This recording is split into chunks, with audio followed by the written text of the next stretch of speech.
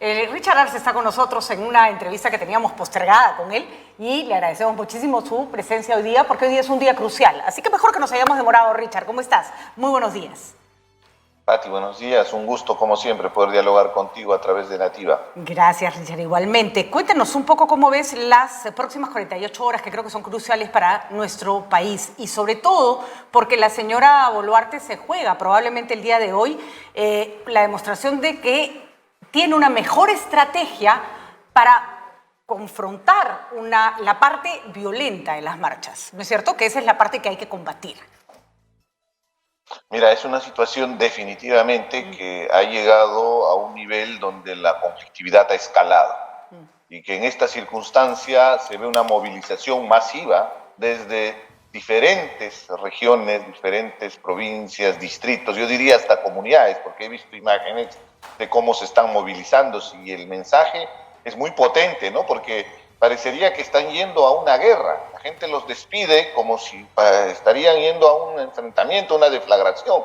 Y eso es muy importante analizar para que se pueda entender que se puede manifestarse, el derecho de protesta no está en cuestión, pero se tiene que buscar evidentemente que esto sea pacífico. Y estamos hablando claramente que se tiene que sancionar y cuestionar cualquier actividad de vandalismo o acto de violencia.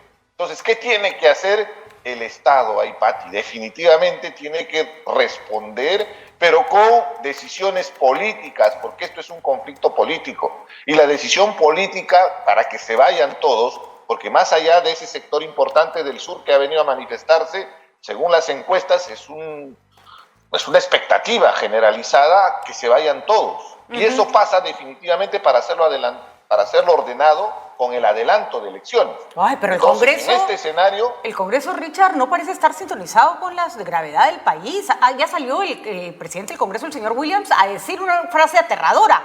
Por favor, respeten su palabra empeñada. O sea, eso quiere decir que existe la posibilidad de que en segunda votación los congresistas que votaron en favor del adelanto de elecciones se desdigan, ¿no? No, y fíjate, yo he escuchado justamente a los congresistas de la izquierda radical, a los de Perú Libre, del ala magisterial, abiertamente ya se están expresando que no van a votar por el adelanto de elecciones. Bueno, pero entonces, Nano Guerra García también salió a tomarse las cosas con una calma y a decir que no hay que acelerarlas más y que hay que hacer reformas, y me provoca decirle, no sé, si Keiko no está preparada para afrontar otra elección, una pena, pero no podemos extender esto hasta que el país reviente, ¿no, Richard? Ya lo hemos comentado. Y es indignante porque parecería que los muertos, toda esta situación de conflictividad, de confrontación entre peruanos, parece que no les sensibiliza a ese Congreso, que una vez más nos muestra su desprecio justamente con estas actitudes. Y acabas de pasar un reportaje justamente de este congresista sindicado por un acto de violación bastante condenable y execrable. Solo quería ahí hacer una precisión, Pati, si te das cuenta, cuando salen esta gente que está en el poder para evitar la prisión preventiva, siempre buscan un empleo, pero buscan siempre un empleo con empresas relacionadas a la construcción, a las licitaciones. ¿Por qué será, no, Pati? Discúlpame la suspicacia, pero pasó con Heiner Alvarado, que inmediatamente presentó un documento que ya estaba trabajando, supuestamente porque es ingeniero, pero justo, qué coincidencia, con empresas constructoras. Entonces a eso voy. En el Congreso están más preocupados ni siquiera por su sueldo, seguramente por sus componendas, por los negociados. Ahí están los niños, las niñas, los congresistas topos que han tenido durante todos estos 17 meses confabulándose con la corrupción. Y el día de hoy, que se requiere justamente, la única salida que veo en el horizonte es que el día de hoy, por ejemplo, salga el presidente del Congreso y manifieste que vamos a adelantar la legislatura, Así es. Que ya no se puede hacer ningún tipo de reformas, que no podemos esperar que el Perú se desangre y que vamos a irnos todos. Y siguiendo el procedimiento, en el plazo que se puede desarrollar con responsabilidad, es octubre, ya lo han manifestado varios especialistas en temas electorales, que se puede hacer el proceso electoral para octubre de este año 2023. Entonces, objetivamente, yo creo que esa es la única salida en esta circunstancia. Lo otro, vamos a lamentar que esto va a seguir escalando y vamos a llegar a una situación donde ya va a ser insostenible si es que no se logra esta decisión política. Por eso te digo, la solución está en manos de los políticos. De acuerdo. Y además, ya hemos dicho también, en otras ocasiones se ha escuchado a la población, en cualquier situación política en el mundo, ante un descontento de esta naturaleza, se toman decisiones políticas. No confundir el hecho de que hay personas muy violentas en la marcha con el hecho de que sus demandas no sean atendibles, porque somos muchos más. Que incluso mucha gente que ni siquiera ha salido a marchar, que consideran que debe haber una transición democrática. Y está en las encuestas, ¿no es cierto? Este no es un pedido de los que tiran piedras. Eso tienen que entender, y te vuelvo a repetir, es un sector importante del sur que se ha movilizado, pero también hay otro sector importante a nivel nacional que está convencida de que esto tiene que terminar, que los políticos han llegado al límite, y que además están sufriendo las consecuencias, los daños colaterales de las carreteras bloqueadas. Solo para graficarte, en el sur, ahí en Apurímac, en Ayacucho, en Cusco, lo que está originando el bloqueo de carreteras es que los productos de pan llevar estén costando el doble, el triple. Sí, además ya con una escasez evidente. ¿Cómo se va a sostener justamente nuestra dieta alimentaria si es que no hay el tránsito de los productos que se requiere para garantizar la alimentación? Estamos ya en un nivel donde lamentablemente estamos llegando a una situación muy compleja que requiere la atención inmediata del Estado. Además, al lado del manifestante, que puede tener las mejores intenciones, se va a parar el delincuente. Me llega información muy preocupante de Cañete, por ejemplo, donde hay hordas claramente delincuentes que amenazan a la gente, han estado saqueando viviendas, sobre todo en las zonas más del campo, donde hay casas que están más desprotegidas, más alejadas unas de otras. Claramente esos no son manifestantes, pero si tenemos a toda la policía en Lima, ¿no es cierto?, para contener una situación que ya se desbordó, el resto del país queda desprotegido, ¿no? Y ahí es cuando el ladrón, que le da lo mismo quién sea el presidente, hace las suyas.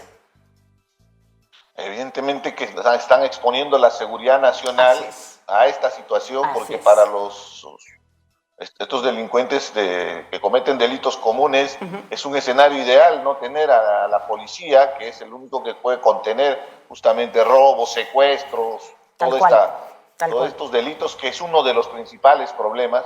Pero también, Pati, si te pones a analizar, se han movilizado a la policía de Lima. ¿Qué pasa con la policía en los lugares en el sur donde hay todavía manifestaciones? Bueno, lo que ha pasado en este momento. Lo que ha pasado ayer en Macusani, ¿no?, ha sido terrible, porque la policía, el otro día conversaba con un amigo policía que me decía, cuando retrocede la policía, retrocede el Estado. Cuando golpean a la policía, golpean al Estado. Y lo de ayer ha sido una señal de debilidad que creo el Estado no se puede seguir permitiendo, Richard. Sí, Pati, y balear, ojo, y balear también es una señal de debilidad, ¿no es cierto? Pero ¿cómo ponemos en un equilibrio justamente esos dos aspectos, Pati? Así es. Porque por un lado, suena escabroso, pero hay que manifestarlo. ¿Tú te imaginas el dolor que debió haber sentido ese policía, que le están echando combustible y le van a quemar vivo? Sí, claro. Trato de imaginarme y me entra una desesperación y un pánico, es indescriptible. Pero ¿a qué voy? Pero igual, al otro lado, cuando un joven siente que este Estado ausente ha estado postergando históricamente y siente que es el momento de hacer revolución y sale a gritar a las calles y de un momento a otro recibe un balazo. Y cuando recibe el balazo está vivo. Y en ese momento la desesperación, ¿no?, de que se va a morir el miedo. O el muchacho que está estudiando medicina, ayuda a alguien y le cae un balazo en la cabeza. O tengo información muy, fidedigna de un chico que salía de un restaurante, se le vino una turba encima y le cayó la bala a él, que ni siquiera había estado protestando. ¿Qué cosa le decimos a ese padre también, no es cierto? Justamente por eso. Entonces, en ese escenario, Pati, entendiendo eso que nos interpele a nosotros como sociedad, por eso es importante que los políticos, Pati, ¿dónde están los candidatos presidenciales de la última elección? ¿Dónde están los líderes políticos? ¿Por qué no salen a la palestra en este momento para poder invocar la paz social, buscar el diálogo como camino? No se quemen porque dicen, no salen porque están cuidando su figura política y no pueden tomar posición de parte, que se cuiden su imagen, pero siquiera que salgan a la palestra para invocar el diálogo y la paz, justamente por por esta situación que se ha Ahora, llegado a esta es verdad de violencia, ¿no? que hemos visto a varios congresistas con buenas intenciones, no los figuretis, a mí los figuretis la verdad me cansan, ¿no? Estos que aparecen en San Marcos con cara de yo fui estudiante, la verdad no es momento para hacerse propaganda con la situación. Yo si fuera congresista y voy a uno de esos escenarios, voy callada la boca y sin cámaras, porque eso sería realmente vocación de trabajo. Pero hemos visto a Ruth Luque, por ejemplo, a otros congresistas que se han tratado de acercar y los han largado, pero feo, porque claro, ya perdieron legitimidad también, ¿no? Por un lado, Pati, yo considero que Ruth Luque ha sido de las personas más centradas, más Así allá es. de mis discrepancias, Así además es. de que la conozco. Y no merecía avanzada. que la largaran porque fue con la mejor de las intenciones, además, ¿no? No, y además su posición ha sido coherente, ¿no? Así es, Pero este así es un es. gran ejemplo, Pati, para que se pueda entender que el nivel de beligerancia, el nivel de confrontación ha escalado. Escalado, así es. No van a entender razones. Imagínate con alguien que inclusive ha estado defendiendo a la izquierda, a esta izquierda cómplice con el gobierno corrupto de Pedro Castillo. La propia gente que está en ese entorno es la que la cuestiona. Entonces eso quisiera que se entienda, ¿no? Cuando hay posiciones radicales de extrema izquierda y de extrema derecha, es imposible que puedas tú satisfacer sus expectativas. Es como una olla a presión que te va a explotar en la cara. Y eso le ha pasado a Pedro Castillo, le pasa a Ruth Luque y le va a pasar a todos aquellos que están aupándose y utilizan como bandera justamente, aprovechándose estas circunstancias. Porque hay que ser responsable también. Ahí tal vez es el error de Ruth Luque, ¿no? Sí. De haber tenido una posición que lamentablemente no lo van a entender los radicales. En el espectro de la izquierda hay diferentes percepciones y diferentes visiones. Y los no radicales tampoco entendemos que se haya usado un reclamo legítimo y una desesperación de la gente que votó por Castillo como un escudo para la corrupción, ¿no? A mí me parece que el peor pecado, y hay que decirlo con todas sus letras, de Pedro Castillo fue ampararse en los pobres para robar.